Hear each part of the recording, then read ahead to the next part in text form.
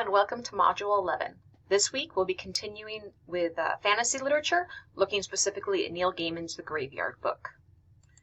So that will be your main text to read, along with continuing Chapter 9 in Essentials of Children's Literature. You can also read this article, 10 Lessons I Learned from Neil Gaiman. This might be something you want to incorporate in your research paper. Then you will do the discussion post on The Graveyard Book.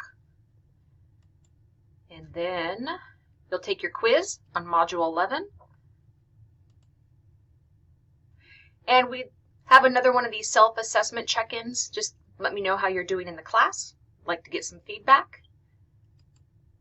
And those are the main assignments for this week. You can look ahead and, of course, start thinking about what you're going to do for your lesson plan project and the research paper. So keep those in mind while you're doing the readings. Have a great week.